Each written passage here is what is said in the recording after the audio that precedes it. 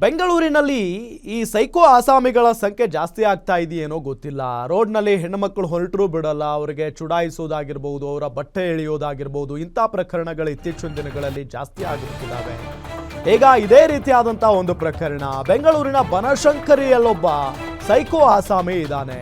ವಿಚ್ಛೇದಿತ ಮಹಿಳೆಗೆ ಬಲೆ ಬೇಯಿಸಿದ, ಮದುವೆಯಾಗಿ ಮಗುವನ್ನೂ ಕೊಟ್ಟ, ಮನೆ ಕಟ್ಟಿ ಹೊಸ ಜೀವನ ಶುರು ಮಾಡೋಣ ಅಂತ ಹಣ ಪೀಕಿದ ಆಕೆಯಿಂದ 36 ಲಕ್ಷ ಹಣ ತಗೊಂಡು ನೀನ್ ಯಾರೋ ಗೊತ್ತೇ ಇಲ್ಲ ಅಂದ್ಬಿಟ್ಟ ಆಕೆಗೆ. ಪಾಪ ಇಂಥ ಪರಿಸ್ಥಿತಿ ನೋಡಿ. ಹಂಗಾಗಿನೇ ಹೆಣ್ಮಕ್ಳು ಕೆಲವರನ್ನು ನಂಬಬೇಕಾದ್ರೆ ಬಹಳ ಹುಷಾರಾಗಿರ್ಬೇಕು.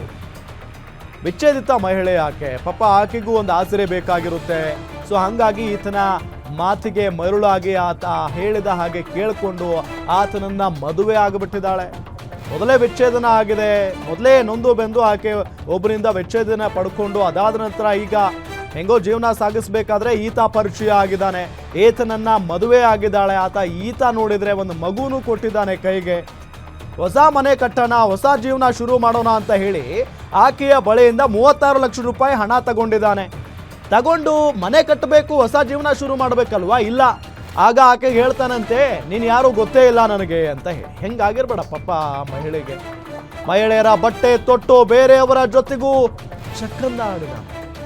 ಬನಶಂಕರಿಯಲ್ಲಿ ಮೋಹನ್ ರಾಜ್ ಎಂಬಾತನ ವಿರುದ್ಧ ದೂರು ದಾಖಲಾಗಿದೆ. 2022ರಲ್ಲಿ ವಿಚ್ಛೇದಿತ ಮಹಿಳೆ ಜೊತೆಗೆ ಈ ಮೋಹನ್ ಮದುವೆಯಾಗಿದ್ದ. 2023ರಲ್ಲಿ ಮೋಹನ್ ರಾಜ್ ದಂಪತಿಗೆ ಒಂದು ಹೆಣ್ಣು ಮಗು ಕೂಡ ಜನನ ಆಗುತ್ತೆ. 2025ರಲ್ಲಿ ಮನೆ ಬಿಟ್ಟು ಹೋಗಿರ್ತಾನೆ. ಪ್ರಶ್ನೆ ಮಾಡಿದ್ದಕ್ಕೆ ಪತ್ನಿಯ ಮೇಲೆ ಹಲ್ಲೆಯನ್ನ ಕೂಡ ಮಾಡ್ತಾನೆ. ನಿಮಗೆ ಫೋಟೋದಲ್ಲಿ ನಾವು ತೋರಿಸ್ತಾ ಇದ್ದೀವಿ ಆತನ ಮುಖ ನೋಡಿ ಅಲ್ಲಿ. ಜೊತೆಗೆ ಇನ್ನೊಂದು ಫೋಟೋದಲ್ಲಿ ನೋಡ್ಬೋದು ಆ ಸೈಕೋ ಆಸಾಮಿ ಹೆಣ್ಣು ಮಕ್ಕಳ ಬಟ್ಟೆಯನ್ನ ಧರಿಸ್ಕೊಳ್ತಾನಂತೆ. ಈ ಸಂಬಂಧ ಪೊಲೀಸರಿಗೆ 4 ಬಾರಿ ದೂರು ನೀಡಿದ್ರೂ ಕೂಡ ನ್ಯಾಯ ಸಿಕ್ಕಿಲ್ಲ. ನಿನ್ನನ್ನೇ ಒಳಗೆ ಹಾಕ್ತೀವಿ ಅಂತ ಪೊಲೀಸರಿಂದಲೂ ಕೂಡ ಬೆದರಿಕೆ ಇದೆಯಂತೆ.